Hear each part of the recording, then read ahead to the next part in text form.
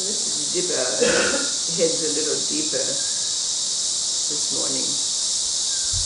There's a very great anecdote about the disciple of the Buddha, Subhuti.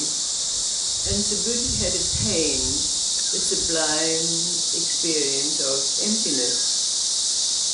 And he was sitting in this sublime state when suddenly flower petals rained down on his head. So he looked up questioningly, and the gods said, "We're congratulating you on your discourse on emptiness."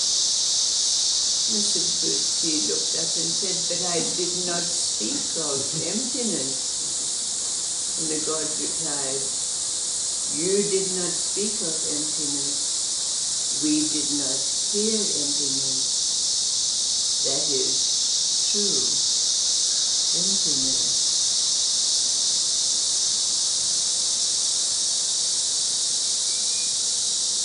In northern Japan, there was, in a city there, a great monastery.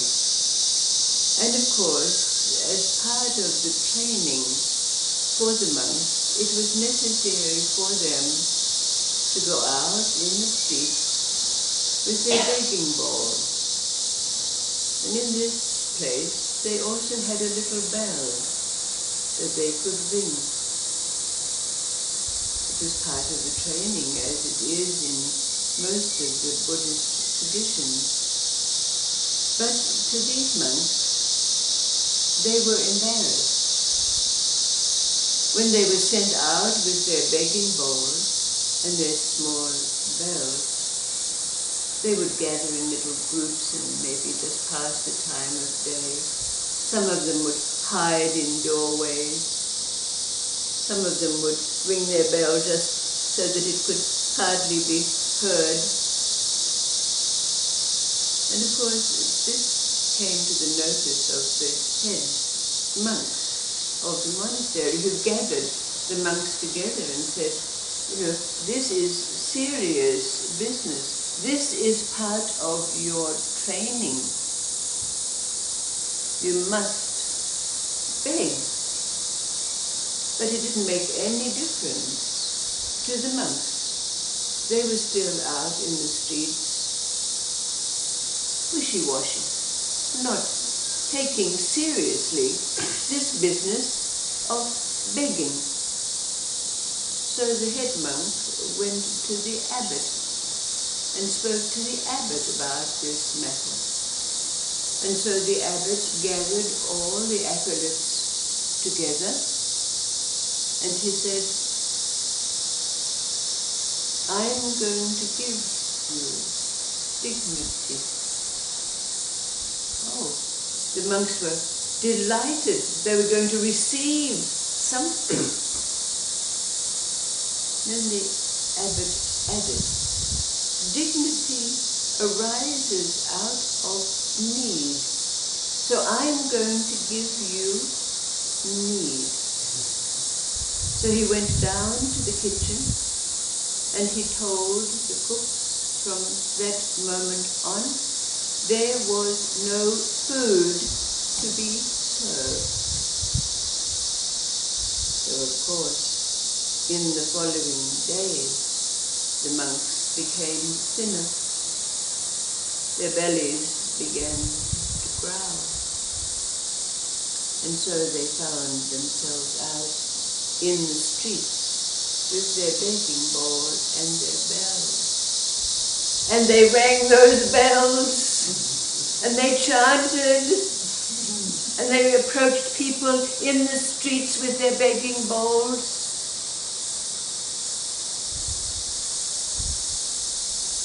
Indignity, embarrassment, self-consciousness was absent in each and every one of them. After some time, the abbot called all the monks together and he said, now you have lived with intensity. You transcended embarrassment, dignity, even need was not present in your interaction with life. So none of these are needed. Food will now be served.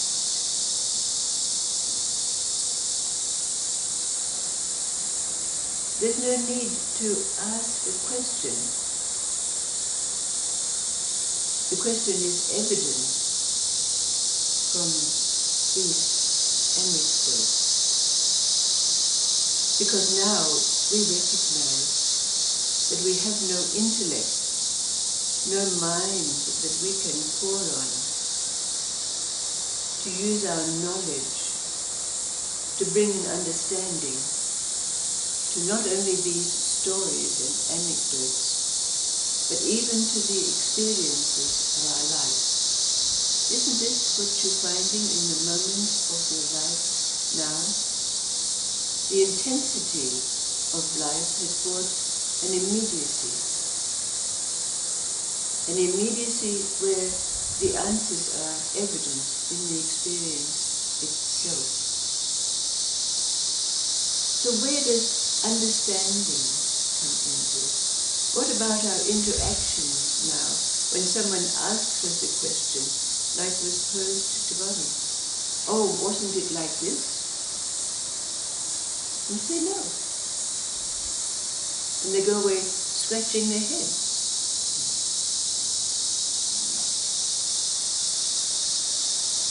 So just to pose a question, what is it that arises out of this story for us from our experience? Now living this intensity, and yet in its intensity there's the little anecdote about Subhuti, because a state of emptiness is nothing more than the state of intense presence, and intense presence is filled with life, whatever that is at the moment. How did he feel those flowers falling down on his head with his eyes closed? It probably hurt. Every petal. It's like that, isn't it? So there's a response. You look up. What about this? But what is it that arises out of this story that we recognize now for ourselves in this lesson of these monks? The hungry belly, the growling, the need that was translated in the intensity of the moment into the ringing of the bell and the chanting and the holding out of the bowl.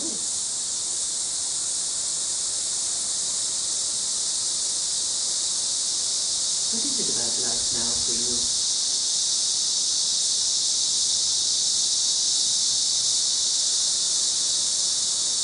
Where are we? As you might pose us a question.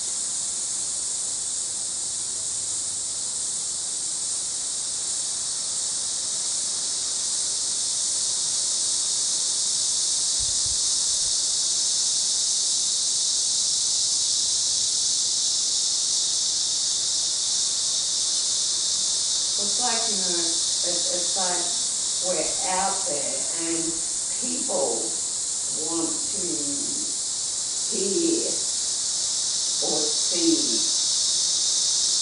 whatever it is, where now we just don't play that game anymore and we just follow what it is. Yeah. So it's summed up in the first little anecdote, isn't it? I didn't speak though.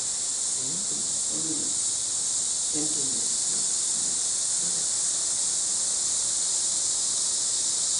It's not a paradox, is it? Not a paradox at all.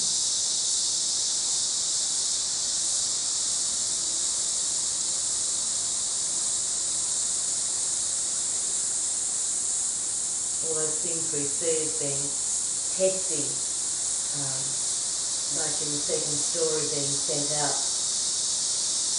you know, often when we take on practice, spiritual practice, we say the chanting, we do the yoms and we do the meditation, and it's all really nice, and we coast along there, and then that just feels like my life. Oh, okay, well let's just take away this, let's just take away that, let's just take away that, and see what that does to your stomach. See what that does to your practice, you know? And what is it? What is it that, you know, gets you out of bed in the morning because your shoulders are so numb you can't feel anything? I've just got to move my body. It's just that almost primal, just being in the mind, this is what I've got to do right now. And it is. Pretty intense, isn't it? Whatever way it manifests itself.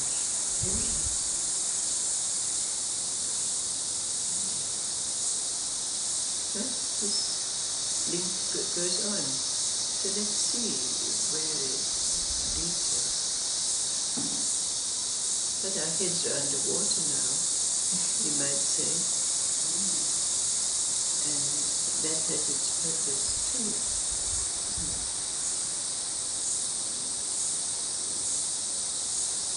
Why? Because just like meditation, it holds the mind suspended. It keeps the mind present. Just like a Zen koan. It takes over us, just like hunger takes over us. So there's a reason for this. In these moments, let's see what happens as the moments pass. But this combination of suspending, holding the mind in a state of tension allows us to experience that sublime state of emptiness. We can talk about stillness indefinitely.